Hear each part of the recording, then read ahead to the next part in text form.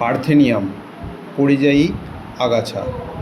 পরিযায়ী বলার কারণ হচ্ছে এই আগাছার বীজটি আমেরিকা থেকে যখন খাদ্যদ্রব্য অর্থাৎ গম আমদানি করা হতো, এই গমের সাথে পার্থেনিয়ামের বীজ আমেরিকা কৌশল করে পাঠিয়ে দিয়েছিল এবং এটি পরে পরে আমাদের পতিত জমি ছাড়াও কৃষি জমিতেও এখন দেখা যাচ্ছে।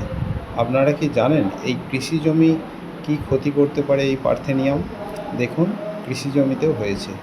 পার্থেনিয়ামের শেকড় থেকে পার্থেনিন বলে এক ধরনের পদার্থ বা রস নিঃসরণ হয়।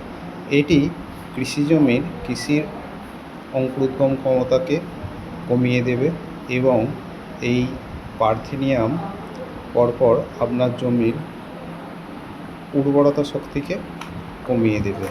এই পার্থেনিয়ামকে নির্মূল করতে হলে ফুল আসার আগে জৈবিক নিয়ন্ত্রণ পদ্ধতিতে নুন প্রতি 16 লিটার জলে 3 কেজি দিয়ে স্প্রে করতে পারেন।